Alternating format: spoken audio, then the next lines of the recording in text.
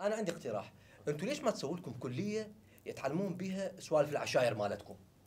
اي فد مره يعني. شو نسميها؟ سموها مثلا كليه الباطل للعلوم العشائريه. وليش باطل؟ اي مو احنا كليه الحقوق جمع حق، انتم باطل يعني غير. اي يعني انتم باطل احنا حقوق. هسه احنا باطل. وعلى اساس انتم شلونكم ما تاخذون رشاوي منا. أحمد وحيد، أهلا بك على موقع ارفع صوتك، ضيف كريم. وخلينا نبدأ من نقطة الإثارة فيما تعرض ببرنامج مصموطة، تتناول به طبعا مواضيع اجتماعية، مظاهر اجتماعية متأثرة بالأعراف القبلية. أنت تعيش في منطقة يعني تسيطر عليها تماما القبيلة والعشيرة، كيف تتعامل مع هذا الموضوع؟ كيف نجحت في إيصال الرسالة؟ تفضل أحمد. اهلا وسهلا بالاخوان، واهلا وسهلا بموقع ارفع صوتك، واهلا وسهلا بك حبيبي علي. اولا من يقول انا نجحت؟ بعدني انا ما ناجح يعني. لا، جمهورك يقول ناجح بيصل الرساله.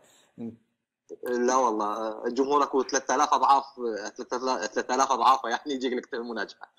لا بس عموما هو خلينا نقول انه شلون قدرت تطرق الموضوع هذا. هو بصراحه يعني هي هذه الصعوبه، وانا يعني أدرك تماما أنه صعوبة طرق المواضيع الاجتماعية أصعب بكثير من طرق المواضيع السياسية.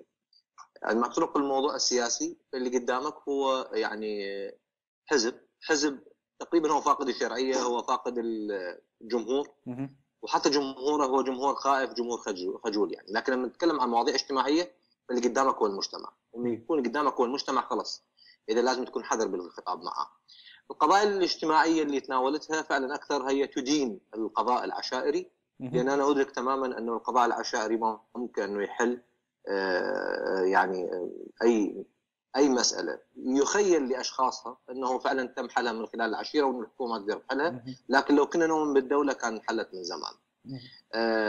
تناولنا مواضيع بصراحة أنا يعني يمكن خالي ببالي أنه أنا تناولت مواضيع العشيرة وأحيانا بقسوة.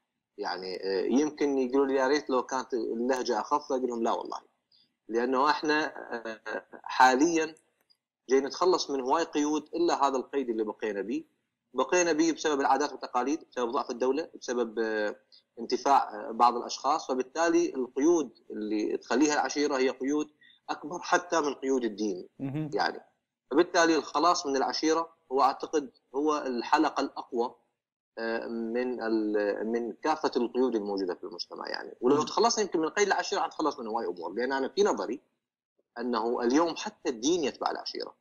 الدين هو الذي يتبع العادات العشائريه. كثير من القضايا الفقهيه لربما صيغت على اساس عادات قبليه تم اعطاها الشرعيه من خلال الدين حتى يتماشى مع المجتمع وحتى يتناسب مع مزاج القبيله يعني. فبالتالي نطرق هذا الموضوع حتى وإن كثر المنتقدون يعني. لكن بصراحة مع ذلك أنا جاي أشوف كثير من الدعم موجود من الناس للي يحب أنه فعلا يتخلص من هذه القيود، لكن ما لاقي وياه أي دعم إعلامي. نحاول إحنا نكون هذا الدعم الإعلامي لكل من يريد أن يتخلص من قيود العشيرة. لا لا لا لا ابدا، ما معقوله هاي الشغله. انا متاكد هسه الشيخ راح يشوفها حتى من يرجع 100% ما يقبل. لا البنيه صغيره صغيره صغيره، البنيه صغيره. عجيب. يلا تفضل شيخ. لا حول ولا قوة إلا بالله. يلا لا حول ولا قوة إلا بالله. ها شيخنا يلا. ليش ضايج؟ اخوي دخلت جوا ايه طلعوا مشغلين اغاني النسوان، يا بد طفوا الاغاني، طفوها، طلع هذا مشكل الجهاز وما طفوا قلت لهم اطلع والله الى شلعوا الفيشه. يلا عرفت اشوف شغلي. انت ضايج على مود الاغاني؟ انا عبالي ضايج على البنيه لين صغيرونه. لا حبيبي لا، زواج البنيه بهالعمر مو مخالفه شرعيه، بس الاغاني مخالفه شرعيه. ثالث شنو ضوجك انت بالموضوع؟ هذا ابوها قابل، والثانيا هو الشرع ما جبر ابوها، ما جابر ابوها. لا انت تضوج. يعني انت ايضا مو بس العشيره، ايضا اكو يعني لبعض الامور اللي تتعلق بالدين ايضا تناولتها. وهنا انا اريد اسالك اي المحاذير اللي تفكر بها اكثر قبل ما تكتب النص، المحاذير السياسيه ام المحاذير الدينيه؟ لا سياسية أنا بصراحة يعني ما أفكر بهواي محاذير بيها يعني. المحاذير الكثيرة هي محاذير دينية.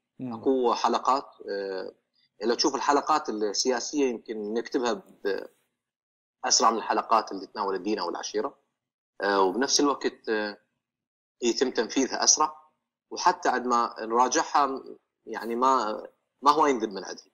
لكن لا، المواضيع اللي خاصه بالدين والعشيره وتحديدا في الدين يمكن اكتبها واتامل كثيرا في كتابتها، وبعدين قبل التنفيذ اشيل شيء احس انه لا راح يخلي الناس يعني ما تنتبه للموضوع الاهم، وتنتبه الى هذه التفصيله الصغيره اللي تعتبرها تجني او تعتبرها تهجم، نشيلها. بعدين بالتنفيذ نشوف انه هناك جمله يمكن اكثر قسوه من غيرها، نشيلها. بالمونتاج ايضا نشوف انه هذه لازم تتغير، وهكذا. ومع ذلك يطلع الى ربما المشهد شوي بقسوه. فتخيل يعني الشيء اللي تصور من البدايه شنو كان. اكيد. هذا كله يعكس انه فعلا الموضوع القضايا الدينيه هي قضايا انا اعتبرها اجرأ بكثير من قضايا السياسه. انت بالسياسه خلاص اليوم مجرد ان تنشر اي شيء سياسي راح تلقى الجميع يصفق لك، وحتى اللي ما يصفق لك اللي يعارضك راح تلقى الجميع يهاجمه. يعني هذا على مستوى الفيسبوك. أكيد. اللي مثلا يقول لك لا تقلد على فلان، لا تحكي على فلان، راح تلقى التعليقات عليه يعني حدث ولا حرج، بعثوه نفسه بعد الدين سحب يعني. لكن هذه القضايا لا، بالدين هذه القضايا بصراحه يعني عندما نتحدث في مواضيع الدينيه، واحنا ما ننصب نفسنا بمكان المراجع ولا ننصب نفسنا بمكان رجال الدين ابدا. احنا نتكلم عن القضايا اللي هي اصلا مختلف عليها بين رجال الدين، وبنفس الوقت اكو فعلا اراء ويا الشيء اللي انا متبنيه داخل المشهد يعني. وبنفس الوقت اللي بنيت على اساس مجامله العشيره، وليس يعني شيء تم استنباطه من القران ومن الحديث. احنا اليوم للاسف يعني جاي نشوف كثير من القضايا، حتى رجال الدين لربما حتى شيوخ المنابر لما يصعد تلقاه يتكلم بلهجه عشائريه اكثر منها دينيه. هذا فقط حتى يعني يحاول جذب انتباه الناس، ويحاول انه يعني يكسب شعبيه اكثر يعني. فبالتالي انت قدام عادات وتقاليد ويعني قضايا مقدسه، مسائل مقدسه. يعني اكثر 3 شغلات ممكن انه الانسان صعب عليه ان يواجهها، لكن احنا جاي نتحدث بيها يعني. لكن يكون الكتابه بحذر، والتنفيذ بحذر، والمونتاج بحذر، والنشر ايضا بحذر يعني. لذلك انا اليوم ايضا احنا حاليا انا بهاي اللحظه عندي حلقات جاهزه للبث، لكن ما بثيتها يعني، لانه اوقات الانتخابات ما اعتقد انه الناس بتنتبه لمثل هذا الموضوع، فنأجلها بعد الانتخابات، لانه قلت لك حتى النشر نكون حذرين به يعني. اكيد. لان ندرك كل زين انه الناس لازم هذا المشهد او هذا الفيديو او هذا الموضوع تشوفه بالوقت اللي ما يكون به تاثيرات اكبر منه، مثل موضوع الانتخابات وهكذا يعني. انا ادري ما هي المشكله، وانتم تعرفون ما هي المشكله. المشكله انه اكو واحد حاط عينه على المنصب وضاربني عين من اول يوم انا قعدت به هنا. من اول يوم ضربني عين، ومن يومها نقل المعوذتين ما فات، طقطقنا حرمل هم ما فات. اذا مسوي لنا سحر فحب اقول لك سحرك عطل وبطل. اكيد. احمد، تعرضت الى مضايقات او تهديد بسبب حلقات او بسبب مواضيع معينه تناولتها؟ يمكن يتفاجئ يعني الناس، لكن القريبين ما يتفاجئون. وهذا يمكن كلام المفروض يعني الناس يعني منتظره غير هيك كلام، لكن لا، اللي اريد اقوله انه انا لليوم ما اجتني اي رساله تهديد، لا على التليفون، لا على باتصال، ولا حتى بالفيسبوك، ولا حتى واتساب، ولا اي شيء من هذا النوع هذا. ما ادري راح تجي بعدين بعد ما ادري. الله يسعدك. لكن على مستوى لكن على الى اليوم لا. وهذا انا بصراحه افتخر بهذا الكلام. انا واحد من الناس افتخر بهذا الكلام، لانه انا رغم كل الانتقادات اللي اوجهها الا انا مدرك انه مجتمعي هو يعني اقرب المجتمعات الى قلبي. كثير من الناس يقول لك والله انت يا اخي على هالفيديوهات هذه تطلع اخذ لك لجوء، شوف لك شيء. وانا فعلا وصلت الى دول حتى اللجوء بها مو سهل، صعب توصلها، ووصلتها فعلا، ودخلت بها وتمشيت بها وظليت بها فتره طويله، لكن ما طلبت اللجوء يعني. يختارون الجديد اللي يعني بعدكم ما حد مكتشفه، فيقول لك يابا قبل لا يكتشفنا خلينا نستفاد منه ونسوي به عمليه. لو لا تختارون القديم المعتق اللي ما يخاف من الموت، قل له روح للموت يروح للموت. تختارون القديم لو الجديد؟ نختار الأسود.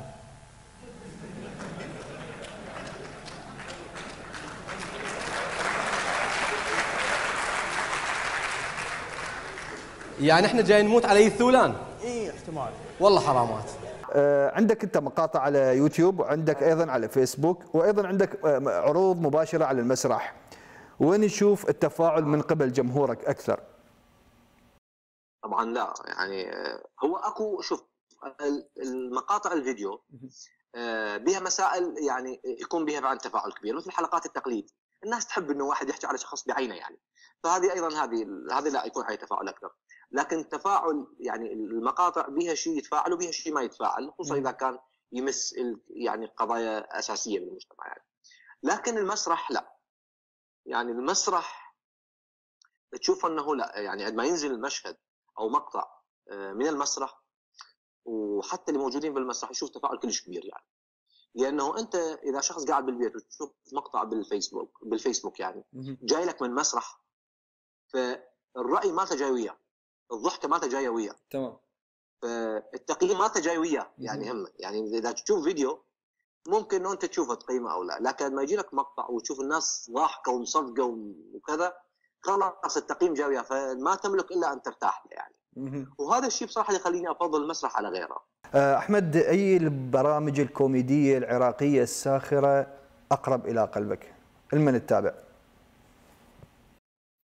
هو يعني اذا تكلمنا عن البرامج الساخره يعني انا دائما اقول لهم مثلا انه مثلا ما نتكلم عن كره القدم خلص، ما يعني مارادونا نخليه خارج قوس يعني او زيدان نخليه خارج قوس. عندما نتكلم مثلا عن الفنانين عادل امام نخليه خارج قوس. اكو قضايا هي المفروض الواحد يخليها خارج قوس يعني. فلكن لا، خلينا ندخل الجميع بالقوس، واقول لك مستحيل انه واحد ممكن سواء يشتغل بالكوميديا او يشتغل بالسخريه او يشتغل بشكل عام بما ممكن ان يمتع الناس وما يشوف ولاية بطيخ والبشير شو. اكيد يعني هذين البرنامجين انا واحد من الناس صراحه يعني فعلا ماليات فراغ كبير يعني عندي بالفن العراقي يعني. اكو ناس ربما تختلف، اكو عالم مثلا ربما ما تحب احمد البشير، اكو عالم ربما ما تحب ولاية بطيخ، هذا اكيد يعني هذه اراء مختلفه. اكو عالم ما تحبني، ما تحب محمد قاسم، اكيد يعني وايد كثير من الناس. لكن لو سالتني فاكيد اقول لك يعني ولاية بطيخ والبشير شو اشوف انه برنامجين، والناس للاسف هذه بدي اقولها، الناس دائما تحاول تقارن بينهم، بينما هي المقارنه بينهم مو صح. ويانا على الهواء مباشره الخبير اللغوي اللي راح ينقذنا من هاي الورطه، الاخ حسين تقريبا. مرحبا حسين.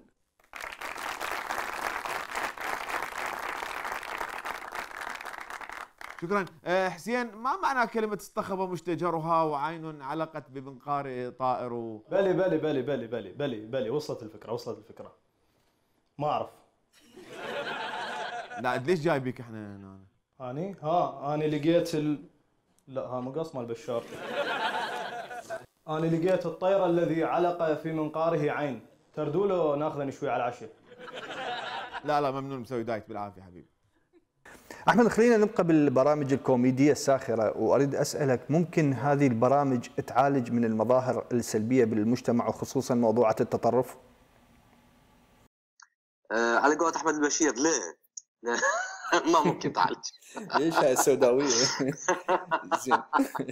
لا هو لا شوف، قضيه التطرف هي مساله اكبر بهواي من انه يغيرها فلان وعلان، اكبر بكثير. اكيد. مساله التطرف يتم القضاء عليها متى ما المجتمع اشتغل، مو مقدم برنامج يشتغل ولا برنامج يشتغل، فبالتالي الناس من متطرفين الى خلاص معتدلين ويتقبلون الجميع. انا في نظري اللي يلغى التطرف هي مساله اكبر بهواي من البرامج. اللي يلغى التطرف والطائفيه والانقسام والتشاتم بين الناس هو مساله اكبر، هي مساله توفير فرص العمل. انه يفرض القانون. كان الشخص يشتغل من 8 الصبح لحد 5 العصر، ما راح يلقى عند هذا الوقت اللي يدخل على الفيسبوك ويتهاتر ويتشاتم ويتقاتل وياخذ ويعطي كذا. لا، المساله صعبه. جميل. احمد، اريد اسالك على السوشيال ميديا، كيف ترى استخدامات السوشيال ميديا مواقع التواصل الاجتماعي في العراق؟ انا بصراحه يمكن عندي يعني راي يمكن قد يعتبر غريب شوي. لا، انا مع مواقع التواصل الاجتماعي. احنا شفنا لها سلبيات، هي كل شيء بالدنيا لها سلبيات. هي السياره السريعه ممكن تعطيها لشخص يعني يشتغل بها اجره ويجيب قوت لعياله، وممكن تعطيها لشخص طائش يقتل بها الناس ويموت فيها ايضا نفس الوقت. اذا فالقصه ممكن بقى لها من زاويه واحده.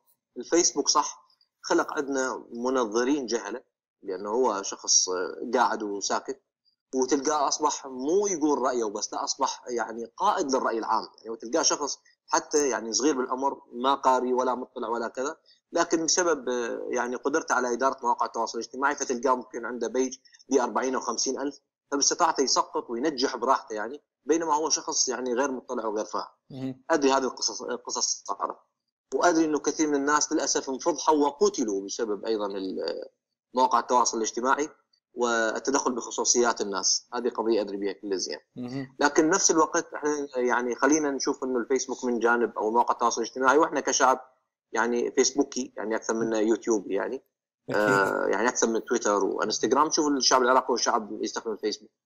فالفيسبوك بصراحه فاد كثير من الناس. اولا فعلا اللي كان يقدر يقول رايه قبل وما يقدر يقول حاليا على الفيسبوك. الشخص اللي كانت عنده بضاعه وصعب انه يروج لها، اليوم جاي يشوفها يروجها على الفيسبوك، وناس جاي تروح له وتشتري من عنده فعلا ويعرض بضاعته وجاي يقدم لها خدمات اعلانيه جيده وجميله. قبل كان من الصعب انه يلقى وسيله للاعلان عن نفسه يعني، وفعلا هواي ناس استفادوا من هذا الموضوع. بنفس الوقت قرارات كثيره للحكومه نزلت وبسبب ثوره الفيسبوك ضدها تم التراجع عنها. هذا كلام صحيح، يعني عرضوا علي أن أكون وزيرا للدفاع، بس أنا أحب الهجوم، قلت لهم لا تصير وزير هجوم، لأن بس الهجوم يجيب قوة، الله الدفاع أخطيه كل شيء ماكو، بس الصقع عليه. هو وزارة الدفاع يعني دفاع حربي وعسكري، يعني ما له علاقة بالطوبة. إيه هم افتهم أنا بوزارة الدفاع، هم افتهم أنا عندي 3 صور وأنا لابس بدلة عسكرية، يعني بعد هو شلون يصير الدفاع؟ إي وعندي صورتين وأنا شايل مسدس، بعد شلون يصير الدفاع؟ هو هاي وزارة الدفاع يعني. إيه. نتمنى لك التوفيق أحمد وحيد، كنت ضيف كريم وعزيز على موقع ارفع صوتك. شكرا لك، وتعبناك طبعا لحد ما انتهى اللقاء. شكرا لك جزيل الشكر ونتمنى لك الموفقية. شكرا أحمد.